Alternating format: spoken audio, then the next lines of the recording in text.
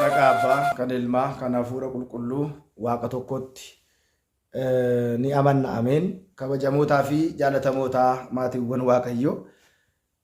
Waaqayyoon kan jaalattan waaqayyoo isiniin kan jaalatu hordoftoonni chaanalii kana hundumti keessan akkam ooltan akkam jirtu akkam yoo nageessanii yoonaatiin kan nu ga'e waaqni keenya galanni ulfinni teessoo isaa Aariyaam irratti isaatiif haa ta'u jechaa. Baga ayyaanota guyyaa har'a kabajamee yaadatamee ooluutiin keessan baga wajjumaan nu geenye. Har'a immoo yaadanii qabadhee dhufe yaada kana baay'ee sirrachuu kan maluu fi namni baay'een hubachuu qaba jedhee yeroo baay'eetti yaadedha. Egaa innis maalidha?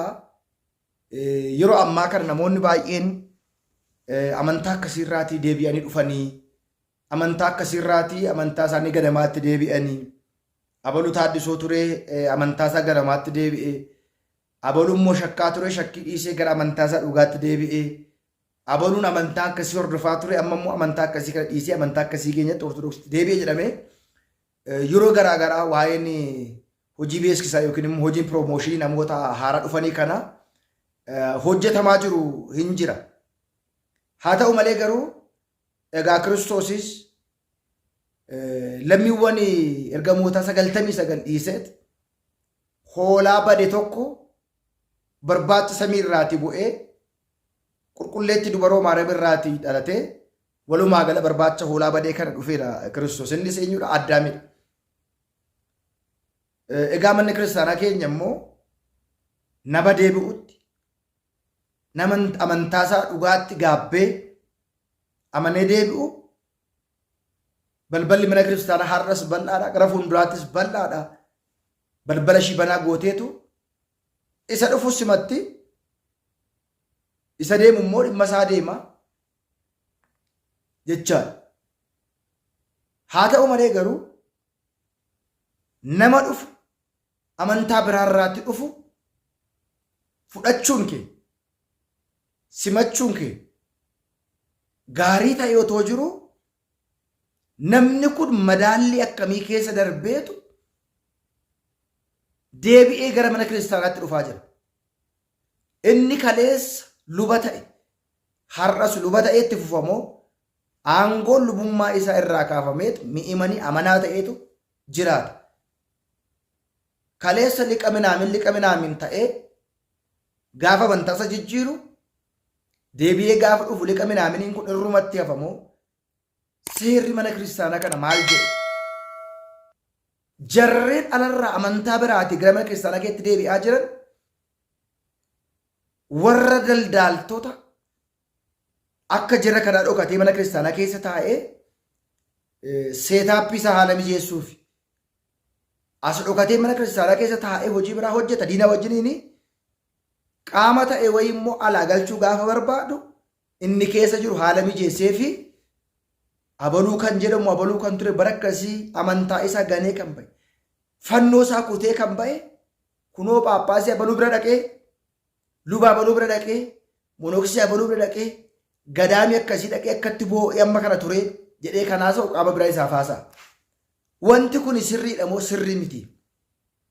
Fayyuu fi deebi'uun nama tokko maaliin madaalama? Maaliif manni kiristaanaa kan isheen dhimma kana callistee ilaalaa jirtu? Dhuguma inni ba'e sun deebi'ee inni dhufe wanta isa hafeetu jiraaf deebi'ee dhufe moo dhuguma laphee isaarra amanee soomuuf sagaduuf kabaja taabotaa kabaja maaramii kennuuf deebi'ee dhufa namni kun moo wanta itti hafee jira? Ani yeroo baay'ee wanta shakku isa kanadha waan ta'eetiif mee viidiyoo tokko dhaggeeffanneetu afaan Amaariffaatiin walitti deebina jechaadha.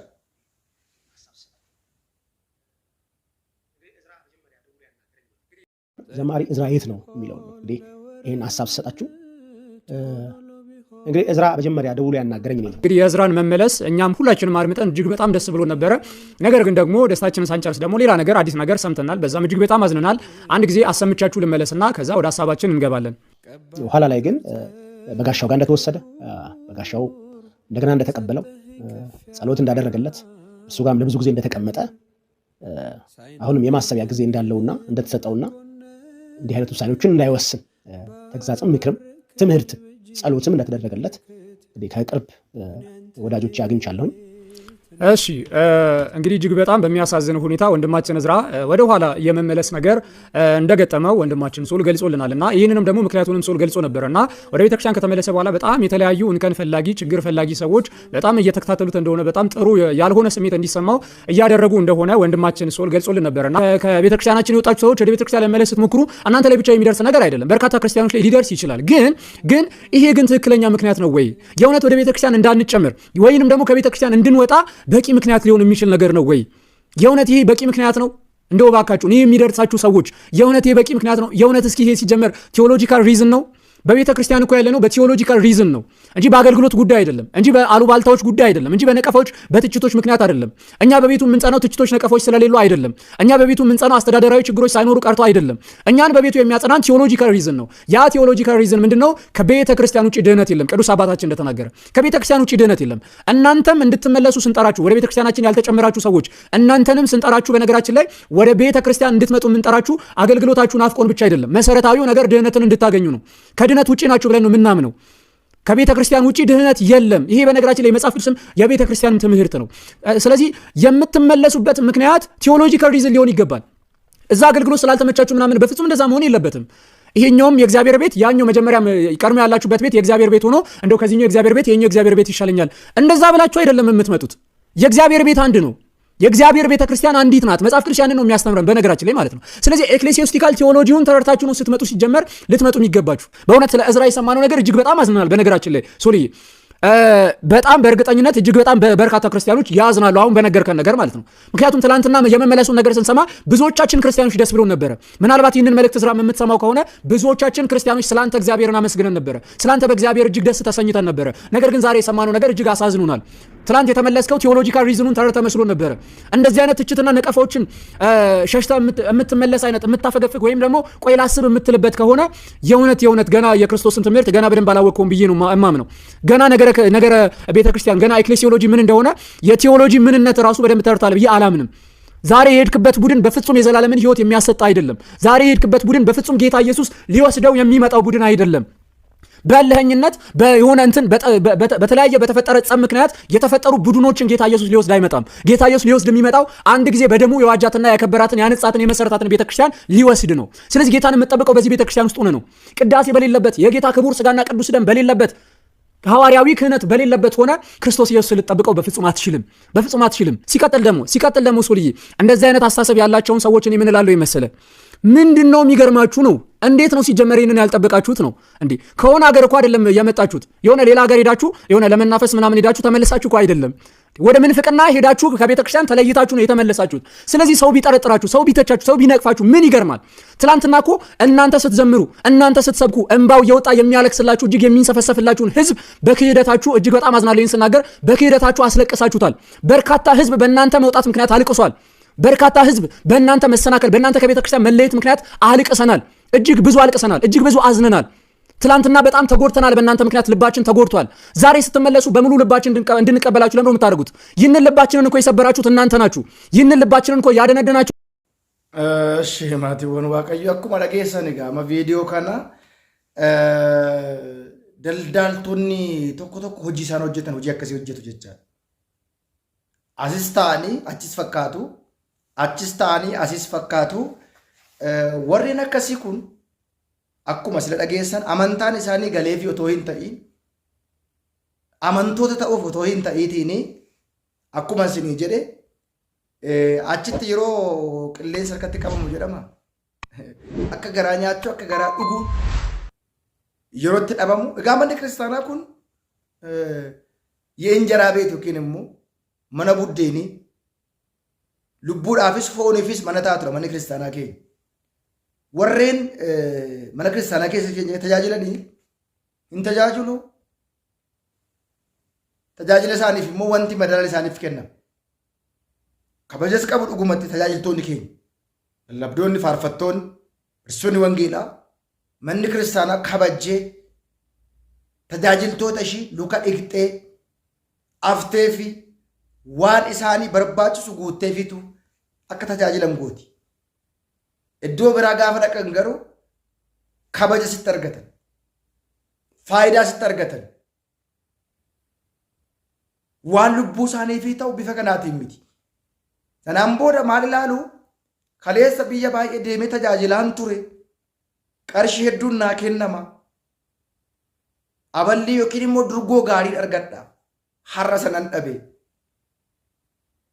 Jedhanii garaa isaaniitiif kan deebi'anii fi amantaa isaaniitiif kan deebi'an garaa garummaa qaba.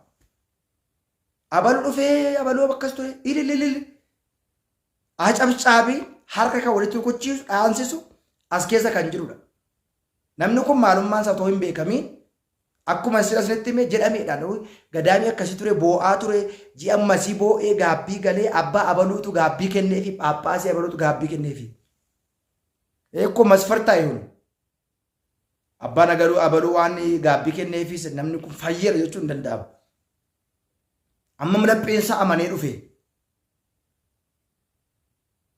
Ammam namni kun gaabbii kan kaleessaarra. Lamuummoo achi deebi'uu dhiisuudhaafi ammam waadaa galeera. Ammam keessi isaa isa ceepha'ee deebiseera kan jedhu sun laalamuu akka kootti